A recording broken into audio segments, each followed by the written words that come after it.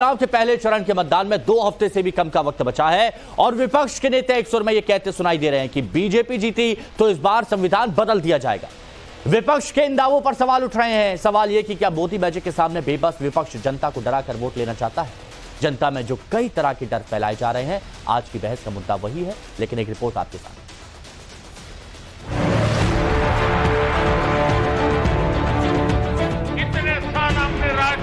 संविधान के नाम से जीत गाते रहते हो। 400 का आंकड़ा क्यों दिया गया? संविधान बदलना। मोदी जी खुद को महान मानकर देश और लोकतंत्र की मर्यादा का छिहारन कर रहे हैं। भारतीय जनता पार्टी हारेगी तो लोकतंत्र बचेगा। 2024 के चुनाव में जब मोदी मैजिक के आगे विपक्ष के सारे दांव पेच ढीले दिख रहे हैं, तो जनता को डराने पर उतर आया है विपक्ष।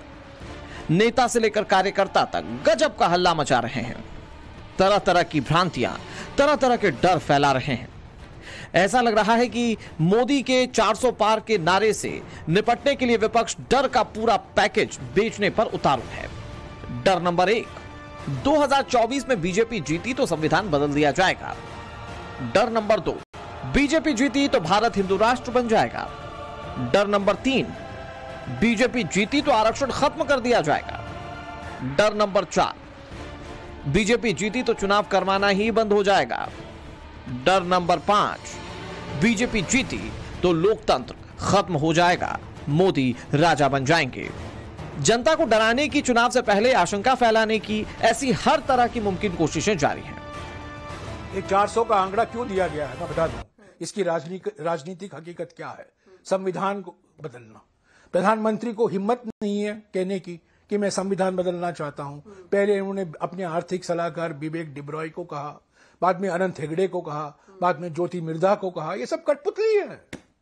असली मकसद, असली सूत्रधार तो पपेट मास्टर तो प्रधानमंत्री हैं, पीएम। पपेट मास्टर तो वही है। आपको बता दें कि 2019 के चुनाव के समय भी कांग्रेस ने इस डर को बेचने की कोशिश की।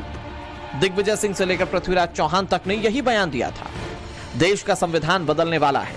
लेकिन 2019 में दोबारा मोदी सरकार बनने के बाद ना देश का संविधान बदला, ना लोकतंत्र।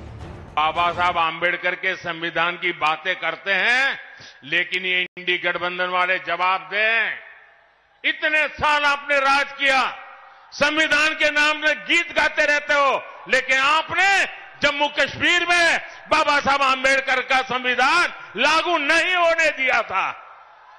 ये मोदी है जो बाबा साहब आम्बेडकर के संविधान को जम्मू कश्मीर की धरती पर भी ले गया, इतने सालों के बाद ले गया। दिलचस्प तो यह है कि जो कांग्रेस 2024 में संविधान बदलने का डर दिखा रही है, उसने अपने चुनावी एजेंडे में संविधान में 41 से ज्यादा बदलावों का वायदा किया है। ये भ्रम फैलाने में लगे हुए हैं ना। देखिए, मैं आपके माध्यम से कहना चाहता हूं, नरेंद्र मोदी जी जब गुजरात के मुख्यमंत्री थे, ये एकमात्र ऐसे सीएम रहे हैं। आप पूरा हिस्ट्री उठा के देख लेना, कांग्रेस के भी सीएम बहुत रहे ना। तो सवाल तो ये है कि क्या विपक्ष ने यह मान लिया है कि एनडीए इस बार 400 से ज्यादा सीटें लाने वाली है? 2024 में बीजेपी को 370 से ज्यादा सीटें क्या मिलने वाली हैं? क्या पीएम नरेंद्र मोदी बनाम पूरे विपक्ष की लड़ाई में उनकी हार अब तय है? और सबसे बड़ा सवाल ये कि क्या विपक्षी पार्टियों ने मान लिया कि 2024 में उन्हें अपना वोट बैंक का वोट भी नहीं मिलने वाला है? Bureau report, times now, Navbharat. तो रिपोर्ट आपने देखी। अब जो मेहमान हमारे साथ जुड़े हैं उनसे भी आपको मिलवा देते हैं। राकेश त्रिपाठी बीजेपी प्रवक्ता हमारे साथ में जुड़े हुए हैं। सौरभ दुबे जी राजनीतिक विश्लेषक हमारे साथ में हैं। हमारे साथ में चंद्रमोहन शर्मा जी हैं कांग्रेस की तरफ से। फराज किदवई साहब समाजवादी पार्टी के प्रवक्ता हैं। आप सभी का बहुत बहुत स्वागत है।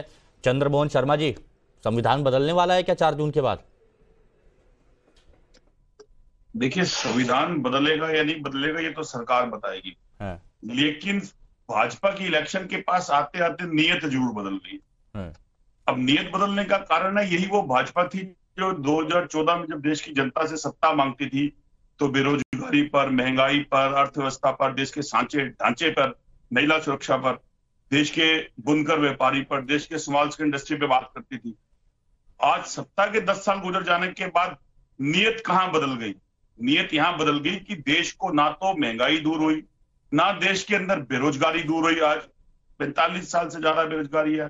देश के अंदर स्मॉल स्केल इंडस्ट्री का ढांचा बिगड़ गया, इंपोर्ट इतना बढ़ गया कि चाइना के अंदर अगर घुसपैठ हो गई और हमारा एरिया चला गया, और हमारे देश के प्रधानमंत्री कह रहे हैं यहाँ तो कोई घुसा। अच्छा, एक मिनट। और चुनावी सभा से जो विपक्ष के नेता हैं वो महंगाई की, मेरे ख्याल से जो आप अभी मुद्दे उठा रहे हैं वो वाली बात नहीं कर रहे हैं। वो बात क्या कर रहे हैं कि 2024 में बीजेपी जीती तो संविधान बदल जाएगा, भारत हिंदू राष्ट्र बन जाएगा, आरक्षण खत्म कर दिया जाएगा, चुनाव करवाना ही बंद कर दिया जाएगा और लोकतंत्र खत्म हो जाएगा, मोदी राजा बन जाएंगे। ये मुद्दा उठाया जा रहा है आप लोगों की तरफ से। क्या संविधान बदलेगा 4 जून के बाद? मैं कह रहा हूं जी, बीजेपी जीतेगी क्यों?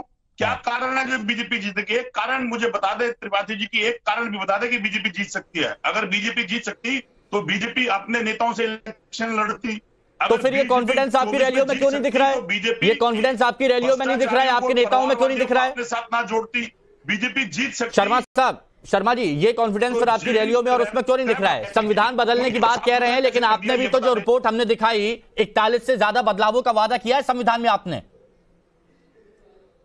बिल्कुल, हमने वो संविधान की वादा करे हैं जो देश के अंदर श्रमिक, बुनकर, व्यापारी, गरीब, महिला। तो मतलब संविधान के अंदर अगर आप अपने हिसाब से बदलाव करेंगे तो वो देश के लिए अच्छा होगा। संविधान हमें दिखाता है देश का। हाँ, अच्छा, ठीक है। फराज किदवई साहब, आपको भी लगता है कि लोकतंत्र खत्म हो जाएगा, मोदी राजा बन जाएंगे जैसे ही 2024 में अगर 4 जून को सरकार बनती है तो? हिमांशु जी, मुझे जो भी आपको समय देना है वो अनइंटरप्टेड दे दीजिएगा, विदाउट एनी इंटरवेंशन। उसके बाद में जितने सवाल पूछने को पूछिएगा। जी, देखिए, ये मैं नहीं बोल रहा हूं। आप अगर आज की तारीख में कहिए हिमांशु जी कि लोकतंत्र खतरे में है तो ये बोलेंगे कि चुनाव तो हो रहा है, लेकिन हिमांशु जी याद रखिएगा कि आज की जो डिक्टेटरशिप का फॉर्मेट है वो यही है। आज मोबाइल फोन की तरह हिमांशु जी डिक्टेटरशिप भी जो है वो स्मार्ट हो गई है। आज हम हिमांशु जी ये बहस जरूर कर सकते हैं कि आज के सेटअप में हम इलेक्टोरल ऑटोक्रेसी कहेंगे या कॉम्पिटेटिव अथॉरिटेरियन कहेंगे, इस पर थोड़ा स्कोप ऑफ डिस्कशन हिमांशु जी जरूर है। देखिए, दुनिया भर की संस्थाओं से लेकर के हिमांशु जी और सुप्रीम कोर्ट तक लोकतंत्र के बारे में क्या बोल रहा है कि अभी सुप्रीम कोर्ट ने जब चंडीगढ़ में मेयर के इलेक्शंस हुए थे, उसके बाद में माननीय सुप्रीम कोर्ट ने क्या बोला था कि it's a murder of democracy. इसको हिंदी में ट्रांसलेट करेंगे तो इसका मतलब यह हुआ कि लोकतंत्र की हत्या। अब एक इंपॉर्टेंट चीज आप और सुन लीजिए। ये द हिंदू की रिपोर्ट पढ़ लीजिएगा 5 अप्रैल 2024 की, अभी मुश्किल से 3 या 4 दिन पहले की। ठीक है। इसके हिसाब से स्वीडन बेस्ड वीडन इंस्टीट्यूट की डेमोक्रेसी रिपोर्ट 2024 क्या कहती है कि India is now one of the worst autocracies country in the world. अच्छा, एक और संस्था है फ्रीडम हाउस, जो कि एक US based non profit organisation है, उसकी freedom of the world 2023 report कहती है कि India is a partly free country now and want that when a country becomes partly free it is difficult to recover. तीसरा सुन लीजिए, London based economics intelligence unit क्या बोलती है, वो इसी अखबार में निकला हुआ है, मैं अपनी तरफ से कुछ नहीं कह रहा हूं, कि India with a score of 7.18 in 2023, it is in the category of flawed democracy. अच्छा. And this organization says, Himanshu ji, that it is better classified as electoral autocracy.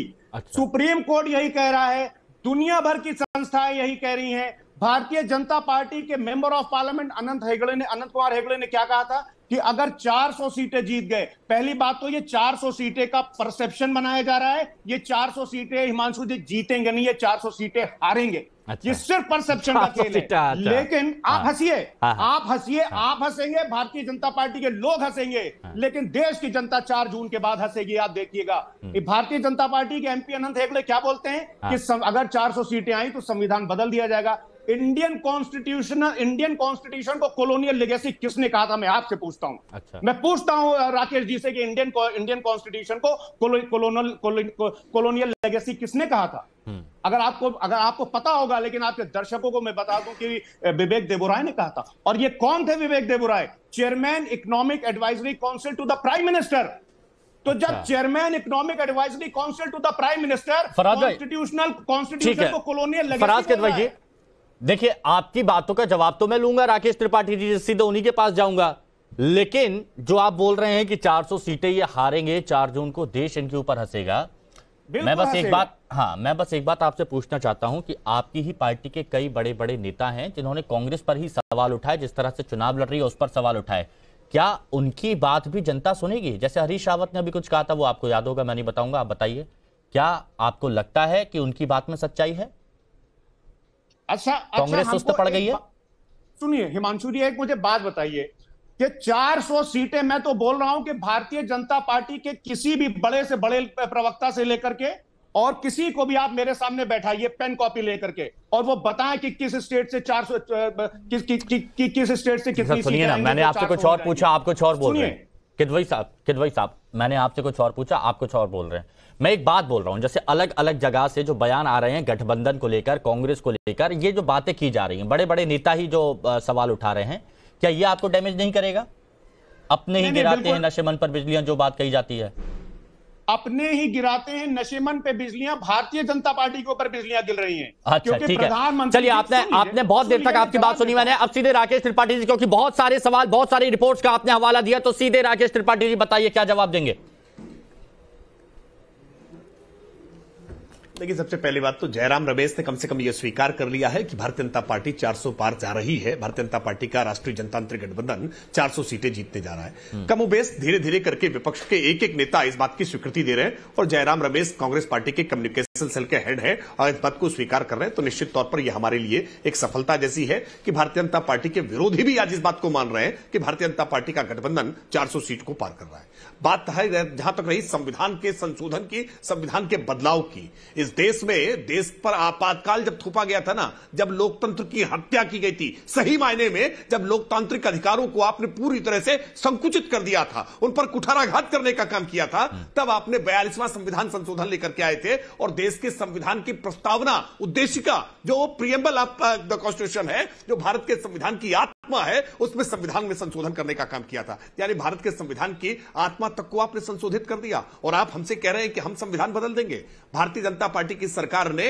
आज गरीबों के जीवन में परिवर्तन करने का काम किया है, संशोधन उनके जीवन में करने का काम किया है। 4 करोड़ लोगों को पक्के आवास देने का काम हमने किया है। 12 करोड़ लोगों के घर में नल से जल पहुंचा देने का काम हमने किया है। 10 करोड़ घरों से हमने आज उज्ज्वला गैस का कनेक्शन पहुंचा करके धुआं हटाने का काम किया है। हमने आज 5 लाख रुपए तक का आयुष्मान कार्ड देकर के उनके घर से गहने गिरवी रख करके इलाज कराने की जो शर्मिंदगी होती थी, जो नौबत आ जाती थी, उससे दूर करने का काम किया है। लेकिन ये बातें इनको नागवार गुजर रही है। इनको बुरा लग रहा है कि कैसे गरीब के जीवन में परिवर्तन आ गया है, कैसे आज भ्रष्टाचार के जो इन्होंने कारखाने बना रखे थे उस पर कैसे प्रहार हुआ है, कैसे ईडी, सीबीआई और इनकम टैक्स आज करोड़ों करोड़ रुपए एक एक जगह से रिकवर कर रही है। इनको परेशानी इस बात से है, और इसीलिए सारे दल एक साथ इकट्ठा हुए हैं। कई सारी रिपोर्ट का हवाला दे रहे थे। तमाम विदेशी एजेंसियां चाहती है कि भारत मजबूत ना हो, चाहते हैं कि नरेंद्र मोदी के नेतृत्व में भारत लगातार मजबूत हो रहा है। तो कैसे भारत मजबूत ना हो, इसको कमजोर करने के लिए तरह तरह की रिपोर्ट लाई जाए।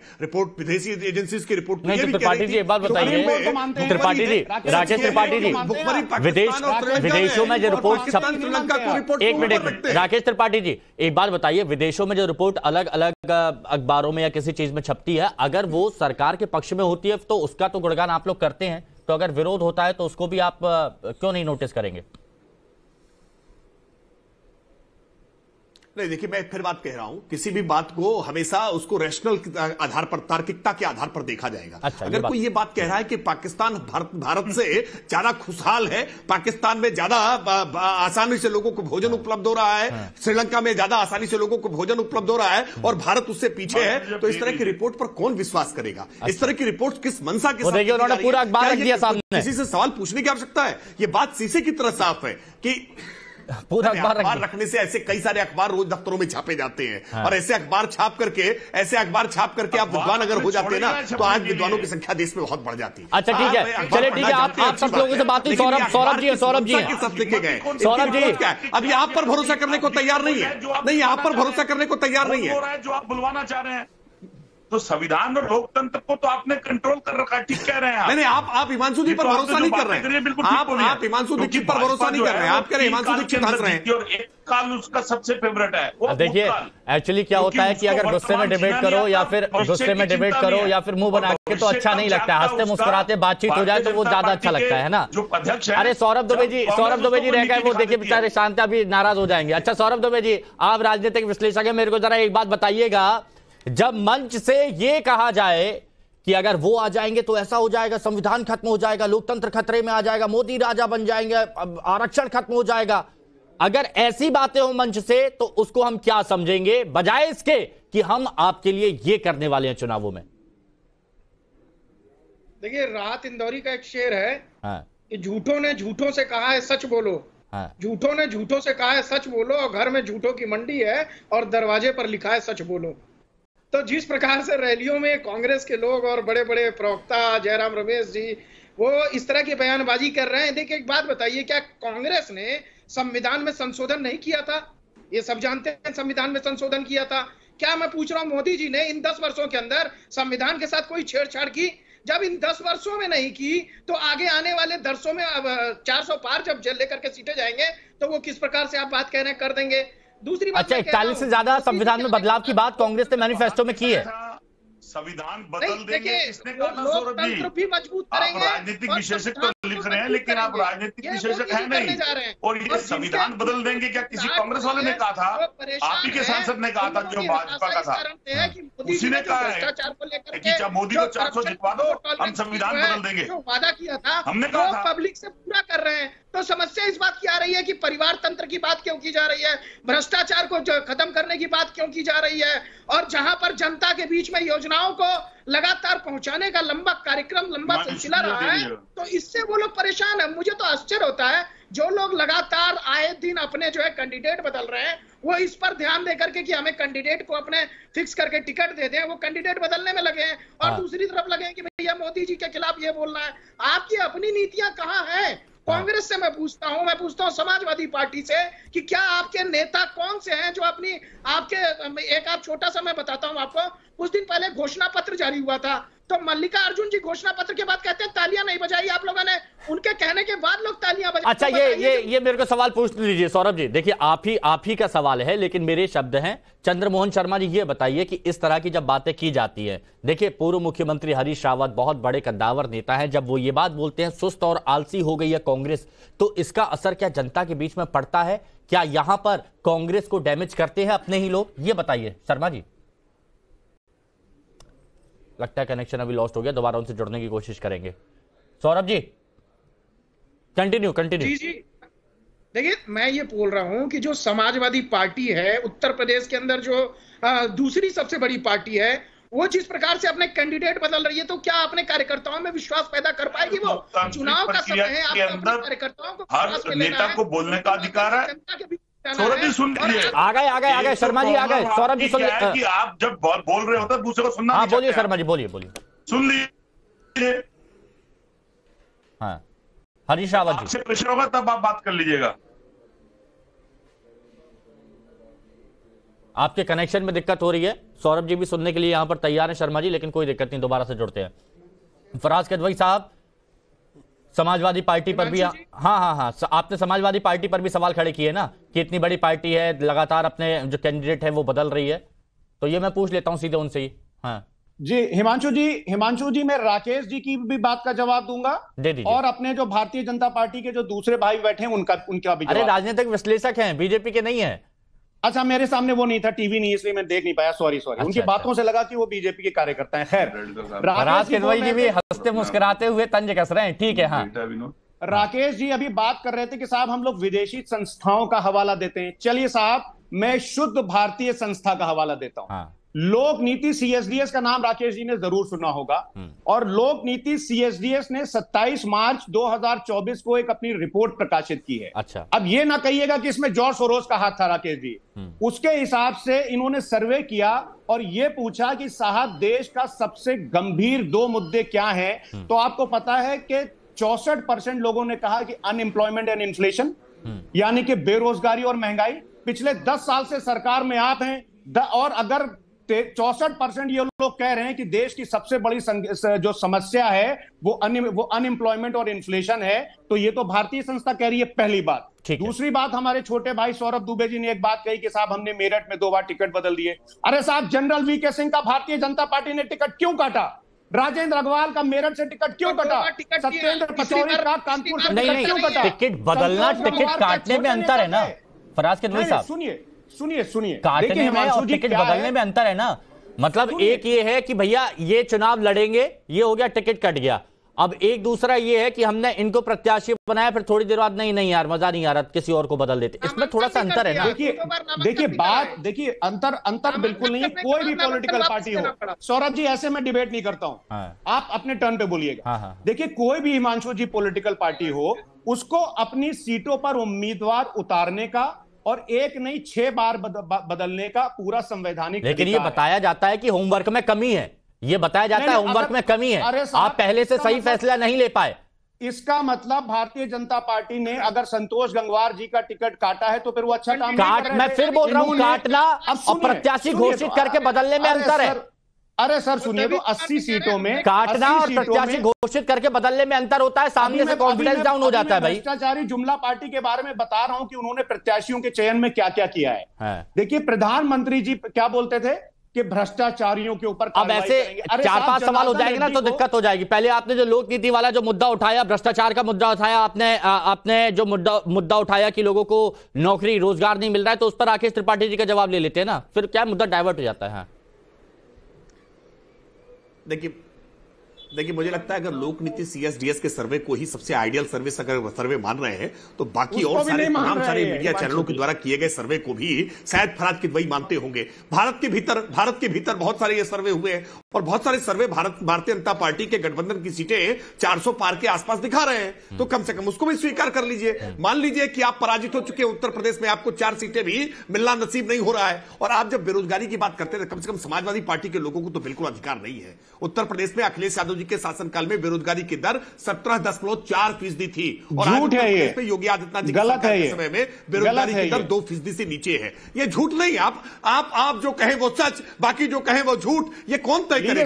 जज किसने बनाया है आपको? कोई ये आपने जेएस की परीक्षा पास की थी क्या, या जज एलिवेट कर दिया है आपको कॉलेजियम में? अरे किसने जज बना दिया भाई? आप कौन होते तय करने वाले? सच क्या है, झूठ क्या है, आप ही तय कर देंगे क्या? अरे भाई देश की जनता जनार्दन को मानिए, देश की जनता को मानिए भाई। आप देश की जनता को मानने को तैयार नहीं है, आप ही जो बोलेंगे फराज किदवई जो कहेंगे वही सच होगा। अरे ऐसा थोड़ा होता है भाई। अरे मैं नहीं कहूंगा, जनता कहेगी 4% आपके समय में बेरोजगारी की दर थी और 2% आज बेरोजगारी की दर है। अच्छा एक पॉइंट किदवई साहब मैं देखिए आप करके सरकारी नीतियों भर्तियों के संदर्भ नहीं राकेश त्रिपाठी जी, किदवई साहब से मुझे कुछ पूछना है क्योंकि किदवई साहब बहुत तार्किक बातें बता रहे थे, तार्किक बातें कर रहे हैं। अभी ये सौरभ दुबे जी को बता रहे थे कि मेरे बीच में मत बोला करिए, मैं ऐसी बहस नहीं करता।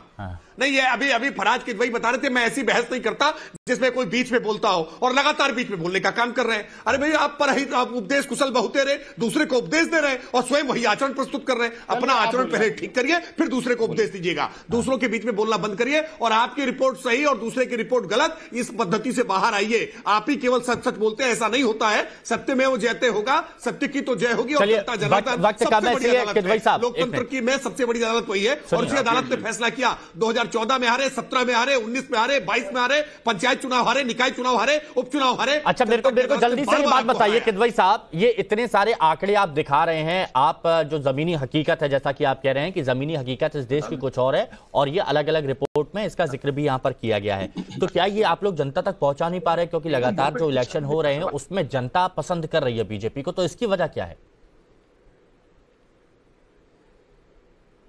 किदवई साहब? अच्छा फ्रीज हो गए, चलिए दोबारा से इनसे जुड़ने की कोशिश करेंगे। एक जल्दी से जवाब दे दीजिए शर्मा जी, वो हरीश रावत वाला सवाल मैंने पूछा था आपके ही लोगों का कि कॉन्फिडेंस उनमें दिख नहीं रहा है, कॉन्फिडेंस उनमें दिख नहीं रहा है, सवाल ये है मेरा। देखिए आपका बात का जवाब ये है कि अगर हम बात हरीश रावत की करते हैं तो बात हमें उस पार्टी की भी करने पड़ेगी जो पार्टी बिल्कुल ओवर कॉन्फिडेंस होकर ऐसा आंकड़ा देश के सामने दे रही है जो आंकड़ा स्वाभाविक नहीं है। शर्मा जी पता है तो मुझे यही बड़ा अजीब लगता है कि जब कांग्रेस के बारे में सवाल पूछो तो कांग्रेस का जवाब कांग्रेस का नहीं होता है, वो बीजेपी का होता है। आप अपना बताइए ना, बीजेपी के लिए राकेश त्रिपाठी जी हैं यहाँ पर। कि आप हमारा जवाब छोड़ के ये जवाब पूछिए कि 400 के पार देश की जनता क्यों लेके जाएगी? एक कारण बता दे भाजपा का नेता। अरे जनता तो पिछली बार 300 से ऊपर भी पहुंचाया, वो आंकड़ा वो जनता पे छोड़ दीजिए, 4 जून को पता चल जाएगा। लेकिन अभी से अगर आपके नेता ये कह देंगे कि हम सुस्त हो गए हैं, हम आलसी हो गए हैं, कॉन्फिडेंस नहीं बचा है और वो प्रचार भी कर रहे हैं, तो क्या इंपैक्ट पड़ेगा उसका? देश में 15 लाख अकाउंट में डाल लेते हो करोड़ रुपए। शर्मा जी वो हम जनता से 4 तारीख को पूछ लेंगे, जनता 4 तारीख को जवाब दे देगी। लेकिन आप अपना ये तो बताइए कि अगर आपके नेता कहते हैं कांग्रेस सुस्त आलसी हो गई है और आप उनसे प्रचार करवा रहे हैं, यूपी में भी करवा रहे हैं, अलग अलग राज्यों में भी करवा रहे हैं, इंपैक्ट क्या पड़ेगा? देखिए, एक सिपाही अपनी सेना के साथ अपनी सेना का वक्तव्य कह सकता है। हरीश रावत जी एक वरिष्ठ सिपाही हैं, तो वो अपनी सेना के लिए एक वक्तव्य दे सकते हैं, कोई नेगेटिव वक्तव्य नहीं है। आप उसमें से सूझ के मेरी जबान से कोई ऐसा प्रश्न देने की कोशिश ना करें। नहीं, मैं तो बस पूछ रहा हूं कि आप खड़ा होता है कि क्या आप भी ऐसा मानते हैं कि सुस्त और आलसी हो गई है कांग्रेस? बड़ा कहता है, उसका डर क्यों है कि वो दूसरी पार्टी के नेताओं को अपनी पार्टी में क्यों ला रहा है? और राकेश जी जैसे व्यक्ति दरी बिछाते रह जा रहे हैं और उनके ऊपर मंत्री, संतरी, नेता, प्रवक्ता, सांसद बिठाए जा रहे हैं। राकेश जी तो ये भी नहीं कह पाते, दर्द भी नहीं कह पाएंगे। अच्छा मुझे एक बात बताइए, जो आपके नेता एक जल्दी सा जवाब दे, जो आपके नेता कह रहे हैं कि बीजेपी जीती तो चुनाव करवाना ही बंद कर दिया जाएगा, आप मानते हैं इस बात को कि चुनाव करवाना ही बंद हो जाएगा? ये कांग्रेस नहीं कह रही, ये कांग्रेस के कांग्रेस के सांसद ने बोला तो किसकी शय पे बोला ये बताएं। हाँ? वो देश के अंदर जो सरदार पटेल को कहते हैं तो उसी सरदार पटेल नहीं, क्या आप भी मानते हैं कि चुनाव करवाना बंद हो जाएगा? देखिए, चुनाव अगर भाजपा की यही नीति रही, जिस नीति के ऊपर आज देश को भाजपा लेके जा रही है, बांटो और शासन करो, तो बिल्कुल कंफर्म है कि भाजपा को अगर अपार सफलता मिली तो देश के लिए हितकारी नहीं होगा। भारत हिंदू राष्ट्र बन जाएगा, ये भी आप मानते हैं अगर बीजेपी जीती तो? भारत ही है, वो भारत ही रहेगा, किसी को बदलने की तम नहीं है। भारत ने बहुत से प्रधान, तो ये जनता में क्यों ये संदेश दे रहे हैं भाई? इतिहास में फेंक दिए, भूतकाल में पड़े हैं, जो वर्तमान में है वो भी भूतकाल में जाने अच्छा, एक रैपिड फायर खेल लेते हैं, राकेश त्रिपाठी जी 4 तुरंत वाले सवाल, 4 तुरंत सवाल और तुरंत जवाब दीजिएगा, है ना? 2024 में बीजेपी जीती तो संविधान बदला जाएगा, हाँ या ना? जी त्रिपाठी जी, कांग्रेस जीतेगी, संविधान नहीं बदला जाएगा। अच्छा ठीक है, भारत हिंदू राष्ट्र बन जाएगा 4 जून के बाद? बिल्कुल, इस संविधान में कोई बदलाव नहीं होगा। भारत 4 जून के बाद हिंदू राष्ट्र बन जाएगा? भारत हिंदू राष्ट्र था, हिंदू राष्ट्र है और हिंदू राष्ट्र रहेगा। आरक्षण खत्म कर दिया जाएगा 4 जून के बाद? हिंदू राष्ट्र है और हिंदू राष्ट्र रहेगा। 4 जून के बाद आरक्षण खत्म कर दिया जाएगा? राष्ट्र के रूप में सांस्कृतिक इकाई की बात होती है और सांस्कृतिक तौर पर भारत हमेशा हिंदू राष्ट्र है। 4 जून को आरक्षण खत्म कर दिया जाएगा? आरक्षण को लेकर के किसी प्रकार का कोई परिवर्तन नहीं हो रहा है, किसी प्रकार का, किसी चुनाव करवाना बंद कर दिया जाएगा? जो वंचित है, जो शोषित है, जो पिछड़े हैं, उनको आरक्षण देकर के उनको हमेशा चुनाव करवाना बंद कर दिया जाएगा? मोदी राजा बन जाएंगे? एक देश एक चुनाव की तरफ देश को आगे बढ़ना चाहिए, हम इस बात के पक्षधर हैं। मोदी राजा बन जाएंगे? होना चाहिए, चुनाव पूरी व्यवस्थित तरीके से होना चाहिए, पारदर्शिता के साथ होना चाहिए। सब नहीं, मोदी जी प्रधान सेवक हैं, उनको राजा कह करके, ये राजा जो राजा के पेट से गर्भ से जन्म लेते हैं ना, ये राजवंशों की कहानी है, जहां गांधी परिवार ही लगातार विरासत संभालता है। अब तो मैंने सुना रॉबर्ट वाड्रा भी कह रहे हैं कि मैं भी गांधी नेहरू परिवार का से जुड़ा हुआ हूं, मुझे भी चुनाव लड़ने का अधिकार होना चाहिए। तो राजवंश से जुड़े हुए तो ये लोग हैं। प्रधानमंत्री जी तो अपने आप को प्रधान सेवक कहते हैं, वो राजा अपने आप को कभी ना कहते थे, ना राजा की भांति व्यवहार करते हैं। ये जो मुद्दे उठाए जा रहे हैं, इसका क्या इंपैक्ट पड़ेगा, जरा ये बता दिए जल्दी से। ये जो मुद्दे उठाए गए हैं विपक्ष की तरफ से। हिमांशु जी, मैं सबसे पहले तो बोल दूं कि जो कांग्रेस के जैसे प्रवक्ता बयान दे रहे हैं, तो इनका अहंकार जो है वो एक्सीलेटर पे दिख रहा है और इनका जनाधार जो है वो वेंटिलेटर पे दिखाई दे रहा है। अभी कह रहे हैं कि राकेश जी दरी बिछाएंगे। राकेश जी सामान्य कार्यकर्ता है, पार्टी के अंदर वो दरी भी बिछा सकते हैं, कल को मुख्यमंत्री भी बन सकते हैं, लेकिन आपके यहाँ इतना अहंकार है कि आपको सीधा ऊपर ही बैठना है, दरी बिछाने में आप लोग को संकोच होता है। देखिए फराज किदवई, सुन पा रहे हैं आप? मुद्दे हैं इन्होंने रैलियों के अंदर उठाए हैं, ये अनावश्यक रूप से उठाए गए मुद्दे हैं। आरक्षण था, है और रहेगा। और जो जिस प्रकार से लोकतंत्र और संविधान कल भी मजबूत हुआ था और नरेंद्र मोदी जी 2024 में आएंगे तो उसके बाद और भी मजबूत होगा, तो ये बात हमारे मित्रों को समझनी चाहिए। हाँ राकेश जी, बहुत शॉर्ट में जवाब दीजिएगा। ये माहौल बना के 4 जून को इसका असर पड़ने वाला है या नहीं पड़ने वाला है? क्योंकि ये बोल रहे हैं कि बीजेपी तो ऐसा कर रही है, वैसा कर रही है, जो डर दिखाया जा रहा है, इस डर का कोई असर होगा या फिर ये पलटवार करेगा?